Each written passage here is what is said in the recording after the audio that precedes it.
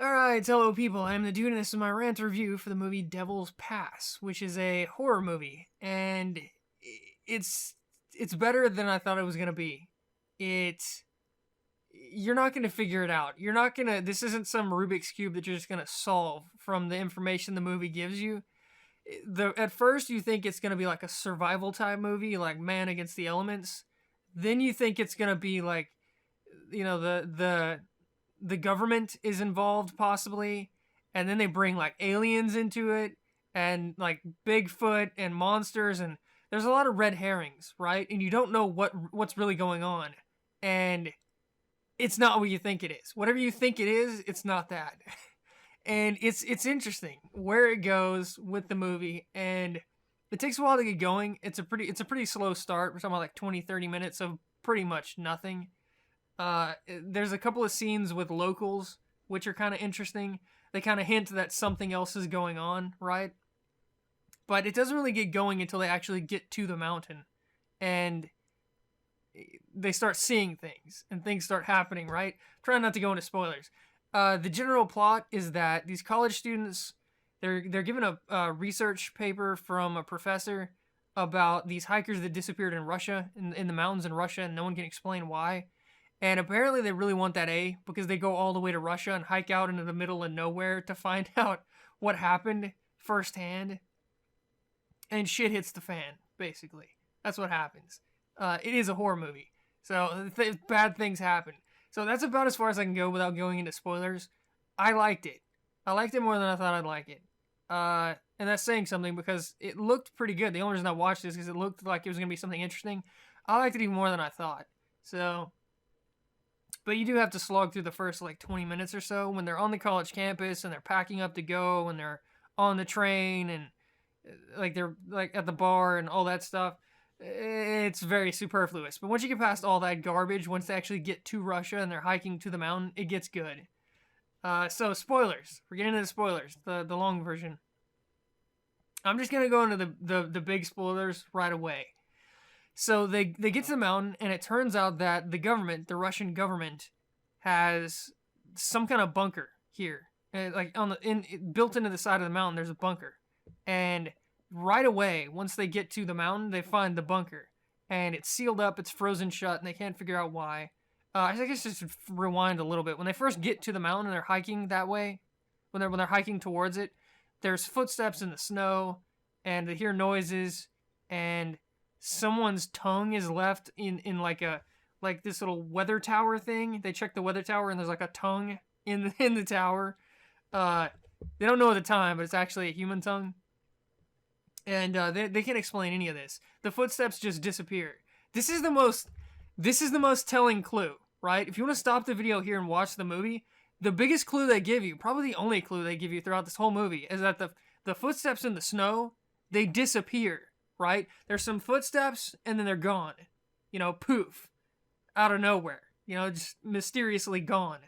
And the explanation that the people give is that maybe they can fly. Whatever it is. These are like huge, like really elongated looking feet, right? These like crazy looking feet. One guy's like, it must be a Yeti or something.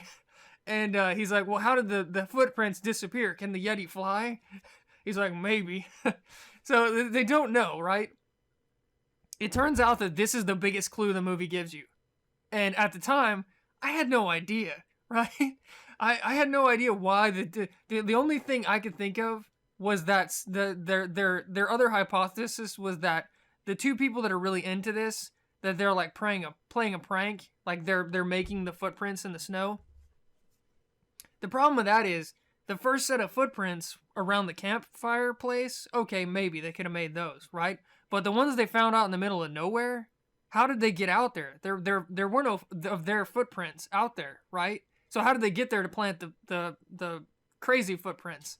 So that obviously wasn't it. And the whole flying thing, flying people, I guess, or flying monsters or whatever, maybe. But it's not that. Like I said, this whole movie, whatever you think it is, it's not that. The big reveal, it's not that. But that's the biggest hint that you get throughout the movie. So there you go. If you want to stop the video and watch it now and try to figure it out, that's it. The whole disappearing footprints thing. But anyways, they find the footprints, they find the tongue, and the government is in on it. That whatever the big reveal is, they're a part of it, and they decide to kill the college students. Right? They set off a bunch of explosions at the top of the mountain and create an avalanche that's directed right at their camp, and that ends up wiping out one of them who didn't have any what do you want to call it, protective thick clothing on. This is like in the middle of Russia, like, really, really cold. She gets caught in the avalanche and you never see her again. Presumably she died. The other three kind of escape, and one of them gets injured, so they have to wait by him to try and figure out what to do. And then these guys come up out of nowhere. It turns out they're Russian military, and they pretend that they're going to help them. But one of the guys recognizes that, I think he says something like they don't have packs. And if they don't have packs, they couldn't have hiked here. So how did they get here so quickly, right? To help them or whatever. And he's like, no, they're here to kill us or whatever. So the three that are left that aren't wounded, they skedaddle, they run to the bunker because it's the only thing nearby. And they don't want to freeze to death. They don't have any of their equipment. Their equipment was all avalanched, so they don't have anything left. And the guy who was injured, he has a flare gun, right? And he like pops off the flare gun at the guys. The two military guys that are coming up that supposedly were going to help them, and they headshot his ass. And that's when you know it's on, right? So they run into the bunker, and the military guys, they don't even chase them into the bunker. They just lock the door behind them, right? They notice one of the big things earlier when they found the door is that it locks from the outside, that they're trying to keep something in the bunker as opposed to, keep people out. So when they run into the bunker, the three that are left, the military guys just lock them in and leave them there. And it turns out that the bunker is like a lab, like a laboratory. It's for experiments. That's what the bunker was. And there's there's traces of radiation all over the place. Not enough to be harmful at any point throughout. That's not the big reveal that it's radiation. There's radiation around the place, but that ties into the ending, but it's not actually the big reveal. So they're in the bunker. One of them's shot. The other two are kind of exploring, doing their handy cam thing. I forgot to mention that. It's kind of like a found footage movie where it's all, first person, and they've got a camera attached to their face the whole movie, and, they're recording. It's that kind of movie. It's not shaky cam. It's really steady, so it wasn't bad. But so they're exploring the bunker. They find a bunch of evidence that shows that the Russians had a military base here and they were experimenting on people. And it turns out that one of the guys, the cameraman, in doing research for the research paper, he read about some kind of boat where the U.S., us, the Americans, were doing experiments with teleportation, right? And they found some kind of, invented or found some kind of technology that allowed them to teleport from one place to another. The problem was people were either teleporting into things, like into walls, and getting stuck half in objects, or they were turning into these monsters, mutant, monsters. And apparently the Russians didn't get the fucking memo because they do their own experiments and they create the monsters. Well, first they kill off a lot of their own people, but then they create the monsters. And that's not the big reveal though, yet. The teleporting thing was why the footprints were disappearing. Because the bad guys, the evil things, they can teleport, right? Whenever they finally show up and they nom on the guy who was injured, the one that got shot in the arm, they nom him and he's toast. And the other two that are left, they kind of corral them, right? They chase them and they scare them and they scare them deeper into the bunker. And at the very end, when they finally get to this room, they figure it out that the monsters want them to go this way. They're like, why aren't they trying to kill us? They had plenty of chances because they wanted you in this room. And it turns out that the room is special. The room is the big reveal that they're now locked in.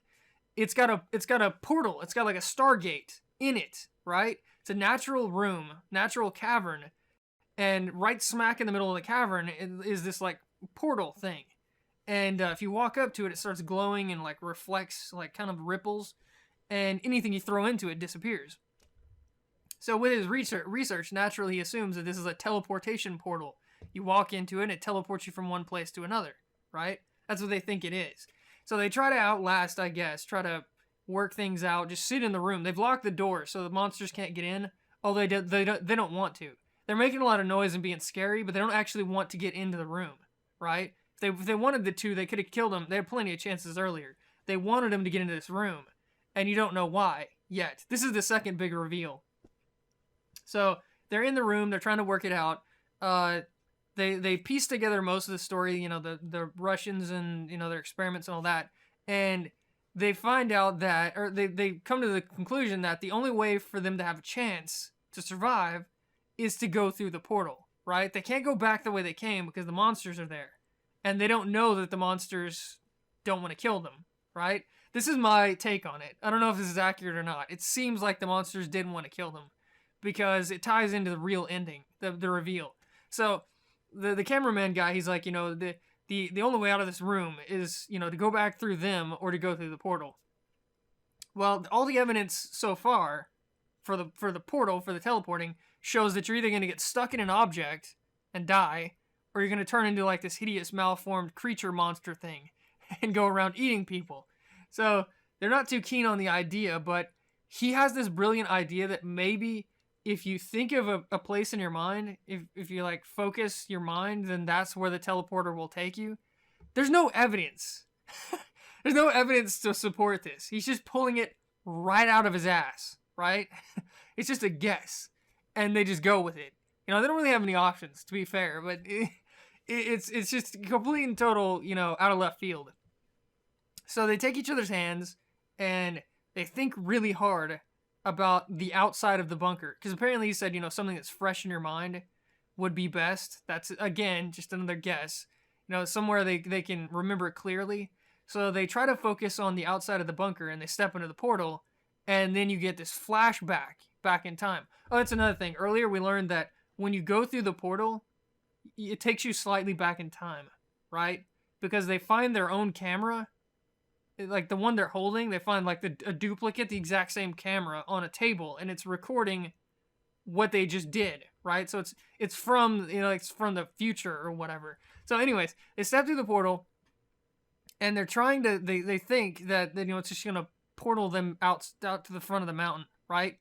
And you see a flashback of the past where the Russians are experimenting and they're setting up the bunker, and they find these two bodies, the Russians. They find these two bodies outside, and they drag them into the bunker, right? Dead bodies. They drag them into the bunker, and they're talking about how freakish looking they are.